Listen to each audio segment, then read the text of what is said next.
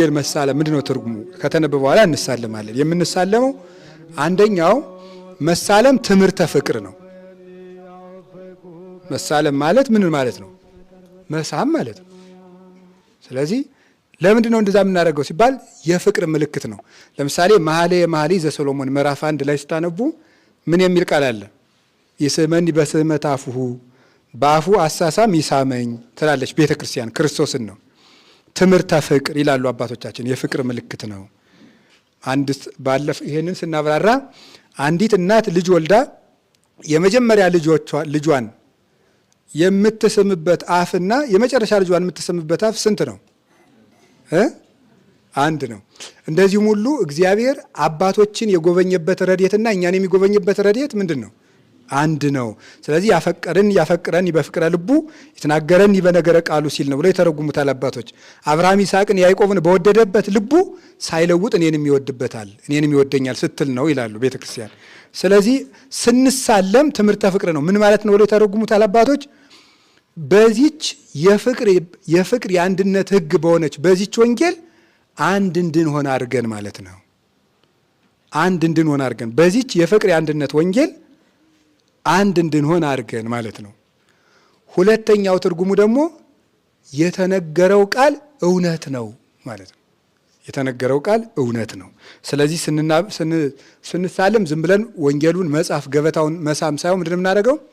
ነአምን በቃለ ወንጌል ከቅዱስ ብለን የምንሳለም። ቅዱስ በሆነው በወንጌል ቃልህ አምናለሁ ተብሎ ነው የምንሳለም። ነአምን በቃለ ወንጌል ከቅዱስ ብለን እንሳለማለን። ከዛ ወንጌል ምን ያህል ክቡር እንደሆነ የምታዩት ማለት ነው። አሁን እኮ ስብከት ስንሰብክ እዚህ ትምህርት ሲሰጥ እንትን አይደለም፣ ሪቶሪክ ወይም ንግግር አይደለም የሚቀርበው፣ አምልኮተ እግዚአብሔር ነው ወንጌል ራሱ ማለት ነው። በመካከላችን ተገኝቶ እንዲያስተምረን ቅዱስ ፈቃዱ ይሁን ማለት አምልኮ አይደለም፣ እግዚአብሔርን ማምለክ ነው። ቃል መረጃ መሰብሰብ አይደለም። እና ስንማር ራሱ መምህራን በሚያስተምሩበት ጊዜ ፍጹም ልቡናችን ተዘጋጅተን ነው መሄድ ያለብን። እና ምንድን ነው የሚለው? አሁን አያችሁ፣ ስለ ወንጌል ጸልዩ አለ ዲያቆኑ።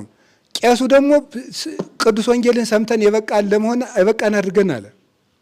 ከዛ ደግሞ ቀጥሎ ምን ይላል መሰላችሁ? ንፍቁ ቄስ ደግሞ ክቡር የሚሆን የወንጌል ቃል እንሰማው ዘንድ እንሳለመው ዘንድ በሱም ደስ ይለን ዘንድ ለዚህ የበቃን አደረግከን አምላካችን እግዚአብሔር ሆይ እናመሰግናለን። ዳግመኛም ክቡር የሚሆን የወንጌልን ቃል በልቡናችን ትጽፍ ዘንድ እንማልዳለን ይላል። ክቡር የሚሆን የወንጌልን ቃል እንሰማው ዘንድ እንሳለመው ዘንድ ለዚህ የበቃን ያደረግከን አምላካችን እግዚአብሔር እናመሰግናለን። ዳግመኛም ደግሞ ምክንያቱም ይሄንን ወንጌል ሰምተው ለመሳለም እነ ኢሳይያስ ተመኝተው በመጋዝ ተሰንጥቀው ቀሩ እንጂ አልደረሱም። አባቶቻችን ፈልገው አልደረሱም። አሁን እኔ ለእናንተ የምናገረውን ይሄንን ብስራት ለመስማት ፈልገው ነበር አባቶቻችን፣ የለም አልደረሱም። ስለዚህ ምን ያደርጋል? እንሰማው ዘንድ እንሳለመው ዘንድ በሱም ደስ ይለን ዘንድ ለዚህ በቃን። ዳግመኛም ክቡር የሚሆን የወንጌልን ቃል በልቡናችን ትጽፍ ዘንድ እንማልድሃለን።